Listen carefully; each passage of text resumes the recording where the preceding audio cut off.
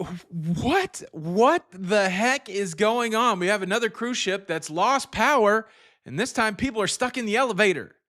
Nightmare. We also have a cruise ship being rocked by an earthquake yesterday.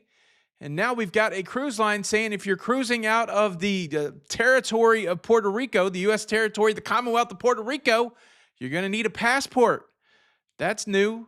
But look, there's a lot going on. All that and more on today's episode of The Cruise Show. All aboard! Your ship is leaving. Talking about everything going on in cruising. It's the Lido Loca time. It's the cruise show. It's the cruise show. Hey, what's up, everybody? Welcome to La Lido Loca. Welcome to The Cruise Show. I am your host, Tony, here to talk you through everything going on in cruising. It's everything going on in cruising. It's for your face on a Tuesday the 9th of June, 2026. And let's take it to the West Coast. Let's take it to the Carnival Panorama that was making its way to Puerto Vallarta when the power went off on the cruise ship. All kinds of posts on social media out there of a recording of the cruise director, Zach, on board, calmly telling everybody that the power is out. We're working on getting that restored. The guy's got a really nice voice, is what I'm trying to say. Power's out. We're working on getting that restored. And by the way, the elevators are not working. And if you're in the elevator, just hit the alarm button just so people know that you're stuck in the elevator. What? A couple days ago, I recorded the latest episode of the Cruise Talk Weekly podcast that's going to be coming out tomorrow. And we were talking about the power outage on the Caribbean Princess. And my co-host Tommy said, you know what would suck? It would suck to be stuck in the elevator. And he was calling himself Cruistadamus. I don't know why I can't say that, but it's like Nostradamus except with the word cruise. Did he just predict people getting stuck in the elevator? Sounds like it took less than 30 minutes to get power restored again. Cruise director came back on and said everything's good now. We're on our way to the next port of call. Apparently there's not going to be any interruption in the itinerary. But man, what's going on out there? Is there something in the water, like literally something in the water that's disabling the power on these cruise ships? That's a pretty heavy conspiracy. No, I mean, machines are complex and they break down, but man, I don't want my cruise ship losing power, especially while I'm in the elevator. So I've been on a bit of a journey. I'm trying to reduce the complexity in my life. And one of the places I've made good strides is when it comes to a daily supplement. I used to chase a whole shelf full of supplements. And now, thanks to the sponsor of today's episode, AG1, I've replaced that. I've replaced the guesswork with just one simple scoop. AG1 Next Gen is a daily health drink clinically shown to support gut health and fill in common nutrient gaps. That one scoop, 75 plus ingredients. We're talking probiotic strains, vitamins, minerals, whole food sourced ingredients. This is probably one of the easiest parts of my daily routine. I just get up every morning, I get out my canister, I get out the cold water, I get out my shaker bottle, one scoop of AG1, 8 ounces of cold water, shake vigorously, drink it down. This original flavor has the taste of vanilla and pineapple. They've even got you covered when you go traveling. There's travel size AG1. AG1 is NSF certified for sport, energy, immune health, and you can try it risk-free. Change your subscription at any time. Summer is upon us. It's a great time to try AG1. Go to drinkag1.com/La Lido Loca or scan the QR code that is on the screen. You're going to get some extra goodies this month, including a free morning person hat and free AG1 flavor sampler in your welcome kit with your first AG1 subscription order. That's an $82 value. Big thanks to AG1 for sponsoring today's episode. Let's think about this. That's pretty bad. But could there be anything worse than being in a power outage, possibly stuck in an elevator for 15 or 20 minutes? Oh, I don't know. Maybe being on a cruise ship that's being impacted by an earthquake. Holy moly, that happened yesterday. My brother texted me out of the blue saying, did you feel the earthquake? And I'm like, no, I did not. Around 2 o'clock yesterday, there was a 6.1 magnitude earthquake near Cuba that apparently you could feel it all the way in Florida. I was in the dentist chair at 2 o'clock, so maybe all I felt then was tugging on my temporary crown to get it out of my mouth. But I missed it. But Jenny B said she felt a little shaken. My brother said he didn't feel a little shaken. Of course, we're all the way over here in Florida, but there was a cruise ship right off the coast of Cuba. Talking about the Margaritaville at Sea Islander cruise ship, and it was right off of the coast of Cuba. And apparently they got rocked. Reports coming off that cruise ship are wild. There were people that were lower on the cruise ship in the casino, and they said they had like 2 or 3 minutes of shaking. Several people on that cruise ship posted that it seemed like they had hit something, that they had run aground. People said the ship was creaking in an unnatural way. This is not what you want when you're cruising. You do not want creaking in an unnatural way. Now, when I was in that typhoon in the China Sea, that brand new cruise ship, the Spectrum of the Seas, that was creaking in an unnatural way. I can attest that's not what you want to experience when you're on your cruise vacation. Now, everybody's fine. About 5 minutes after it happened, the captain came on the loudspeaker and said, guess what? You guys just went through an earthquake. I can only imagine what the look on the people's faces were as they were going through the earthquake and as the captain was describing what it was. Well, actually, I probably have a good idea. Probably like 15 years ago, I was in Gatlinburg and I took a fall, and I'm a pretty big guy. So, I was with my family. All of a sudden, I don't know if I missed a step or I'm prone to fall. Boom! I fall down, the ground shakes, and all of a sudden my family's standing over me with this, terrified look on their face. They look shook. I'm assuming that's what the people that went through the earthquake look like yesterday. They look shook. Unrelated question, and a question that I'm asking for a friend. Is it annoying that if you go through a shared earthquake experience with people in Florida or on a cruise ship, that every person that you talk to that went through that shared earthquake experience, if you open up every conversation over and over with, hey, what's shaking? What's shaking? I think the friend not to be named, I think the reason that he was doing that is because it's funny, right? Because earthquake. Hey, what's shaking? Next time you see me or in the comments, give me a hey, what's shaking? Hey, what's shaking? Oh, what's that? You want more nature talk, more natural disaster conversation? Well, guess what? June the 1st was the start of hurricane season. Yay! Here I am. Rock me like a hurricane. Shout out Ludacris. That's right, the Jason months. June, July, August, September, October, November. Those are the hurricane months. Now, we got this organization out there, NOAA, N-O-A-A, the National Oceanic and Atmospheric Administration.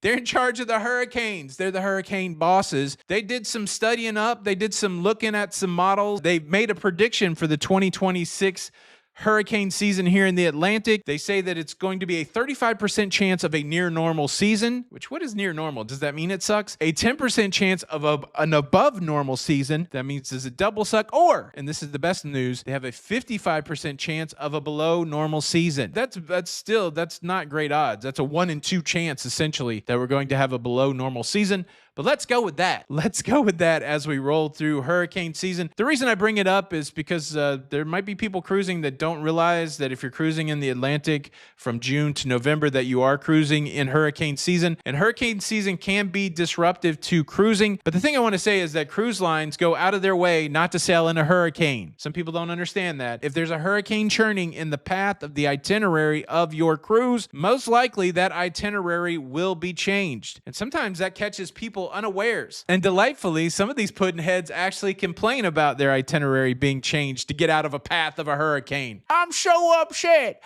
I was supposed to go to Nassau, but a hurricane came through Nassau and the cruise line said, guess what? We're not going to Nassau anymore. I need a full refund. I don't know. How about be happy that they didn't take you into a storm? God bless the pudding heads. Am I right? What's shaking? All right, now I do want to quickly call out a technology upgrade on Carnival Cruise Line. They got themselves a whole new casino technology management system. You guys remember the video game company Konami? I'm very disappointed because when I first started thinking about this, I thought Konami was the video game maker of Street Fighter because I wanted to go Hadouken, but they're not. That's a Capcom reference. Shout out Ludacris. Konami, I think they made Silent Hill. The one that comes to mind, they made Dance Dance Revolution.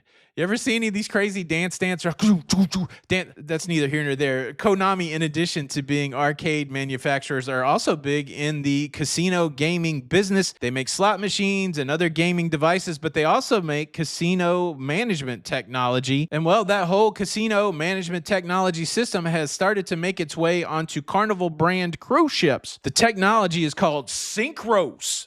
I think that's the way they would say it. Synchros. It has a nickname, Surf, S-U-R-F, which I think that might be easier to say. It does look like a soup to nuts casino management tracking technology. This will be incorporated not only in the machines, this will be incorporated into the table games, this will be incorporated into tracking rewards, the whole deal. Like I said, I believe it's a complete system. They've already rolled it out on Holland America line, and now all of the Carnival cruise ships have been converted over to this surf platform, or Synchros. I do like the idea of a technology-based, comprehensive casino management system, opposed to some guy named Lou in the corner going, "How many points do I give Tony for 4 hours of blackjack?" 4 points. No shade against Lou. No shade against Lou or any Lou's out there, but I will take the computer on this one. And with all that said, the big question is, does it even matter? Like, I don't know. Hopefully it ends up in a better gaming experience for people that like to go to the casino, and better tracking and all that kind of stuff. But I just found it interesting. I like it when technology is rolled out. And so, they're all teched up. They're all teched up over at Carnival Cruise Line in the casino. And I guess this deep into the show, I should address the elephant in the room. I do have another comment that I want to address from yesterday's show, but that's not the elephant. The elephant is the hard parts back. How about that? How long's it been? How long's it been since I got the hard part? I was feeling a little froggy this morning. And so I said to myself, Self, how long's it been since you had the hard part? And would anybody care? And Self said, yeah. You remember that guy you met on the cruise ship recently that said he followed your haircut? You got the hard part. He got the hard part. And then in an additional twist of fate, a completely different person cut my hair. I sat down in the chair. She was reading the notes and she was looking at my hair. And she goes, you know what? Did you ever have a hard part? I mean, I don't know this lady from anybody. And she was giving me a hard part conversation. And to me, that was kismet. I was like, yeah, I have had a hard part. I think I would like one again. And she said, well, I got you. Hard part is back. Princess Cruises has announced that for Southern Caribbean sailings on the Emerald and Crown Princess leaving out of San Juan, Puerto Rico, cruisers will now be required to have a passport. This is a change. Most of the time when you do closed loop travel out of San Juan, because it is a U.S., unregistered U.S. territory or a Commonwealth, whatever way we want to refer to it, it's part of the U.S. The whole closed loop rule that says you can travel with your birth certificate and your ID, that does apply in San Juan, and it still applies for other cruise lines. But when it comes to Princess Cruise Line, particularly the Crown and Emerald Princess, they now want you to have a passport, and the main reason for that is they will allow you to board not only in San Juan, they'll also allow you to board in Barbados. And that's the rub, bub, because Barbados is not a U.S. territory. That is a foreign country, and because you can get on that cruise ship in both a U.S. port and also a foreign port,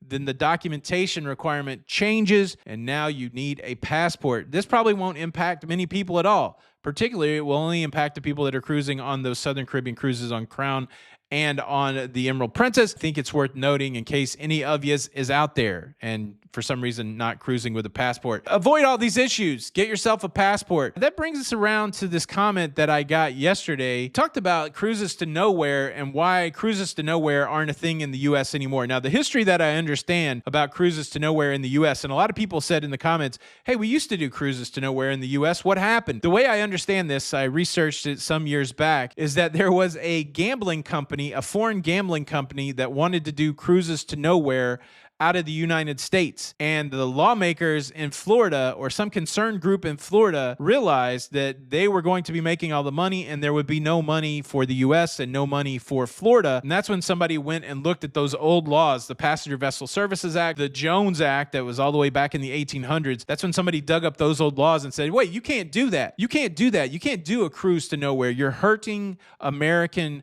commerce interest. And the reason that it impacts cruise lines is because none of them are American. They're all foreign vessels also. There's a whole series of things that have to be true to get around the Passenger Vessel Services Act and the Jones Act. The big one is the cruise ship has to be built in the United States. A majority of the cruise ship, but none of that's true for the modern cruise ships. They're all built in Europe. The second thing that has to be true is it has to fly the American flag. Next time you're on one of your favorite cruise ships, look at the flag on the back. It's not the U.S. flag. And the crew has to be U.S. citizens. We know that's not true either. So here's the comment that I got yesterday. What about the river cruises in the United States. We've got like American Cruise Line that's doing sailings up the Mississippi or out on the Snake River.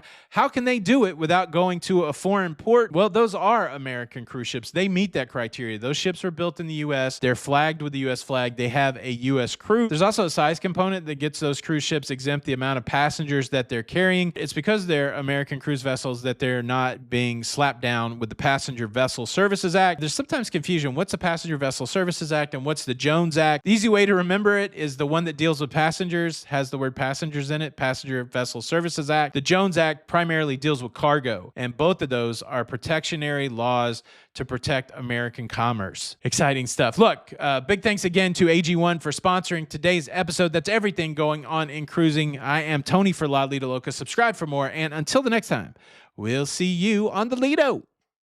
Bye.